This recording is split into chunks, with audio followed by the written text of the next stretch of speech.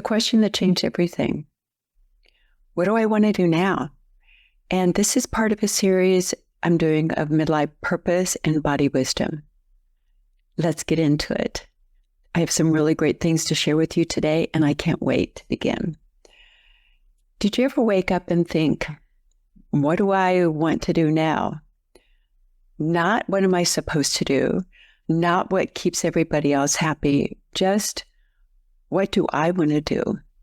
Maybe your job or your business that once thrilled and excited you feels kind of beige.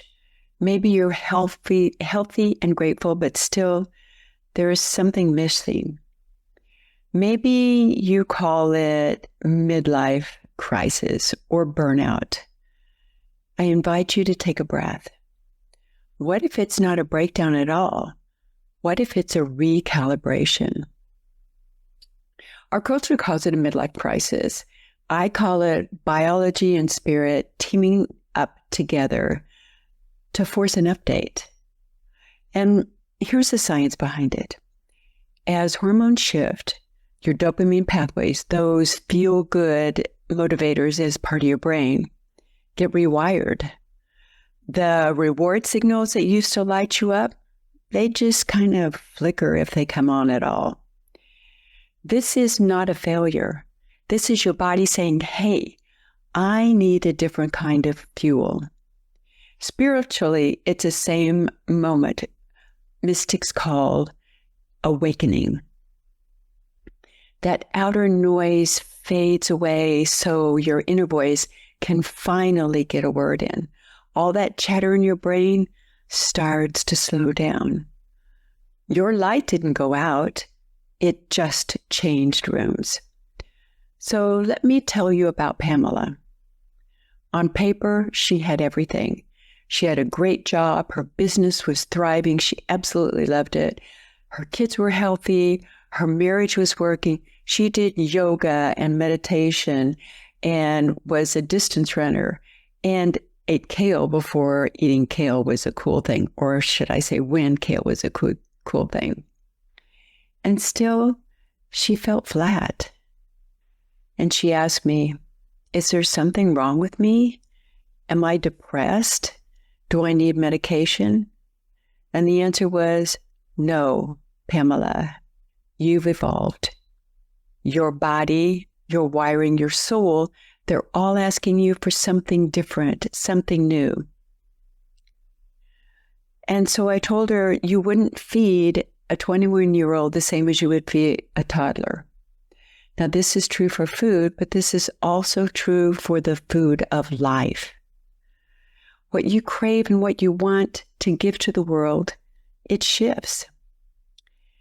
That quiet ache isn't something to be fixed. It's your higher self whispering, it's time for a change. Your body always tells the truth first. Your shoulders tighten when you say yes out of guilt. Butterflies when you imagine what's next. That lump in your throat when you think about saying no. Those sensations are your nervous system talking. Data wrapped in that emotion. In science, it's called interoception. And you don't need to remember that. What you do remember is when you catch yourself feeling off, ask, what's my body trying to tell me now? That one connection, that one question reconnects your prefrontal cortex, that's a logic part of your brain, and your intuition. It brings about curiosity, and it brings online the safety curiosity at the same time. So let's reclaim that word want. A lot of times we're taught that, especially as a female, when you say you want something, that's being selfish. It's not. It's sacred. Desire is how your body points you toward growth. When something excites you, from a body perspective, things are released, nitric oxide, that open your blood vessels up, which literally opens up your entire system to a new life. So when what used to light you up and doesn't anymore, it's not because you're broken. You're upgrading. And your assignment has changed. Your body is a compass.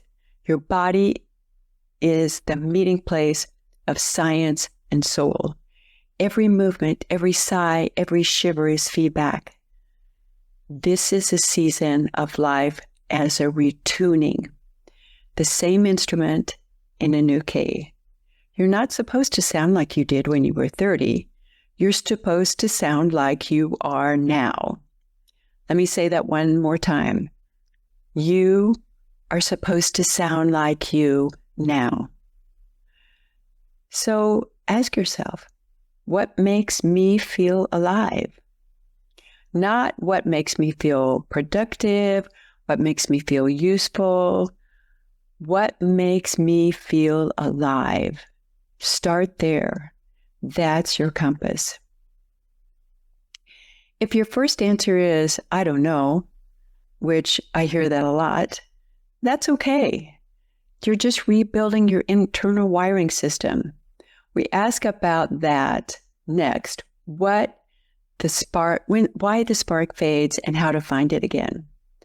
But for tonight, when you brush your teeth or pour your tea or crawl into bed, just ask, what makes me feel alive? And listen for the smallest yes. That's where purpose begins. If this resonates with you and you want to go deeper, I've got just the thing for you. It's a 21-day midlife reset, and it's at anagelesslifecom/midlife. And you can also share what you've been thinking about with a friend. Sometimes those discussions make all the difference in the world, because when you start listening to your body, you start living your purpose. That's it for today. Bye for now.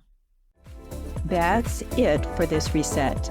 Grab your free gift, your midlife superpower, 5 simple power moves to feel like yourself again. The link is anagelesslifecom/superpower. Thanks again. Bye-bye.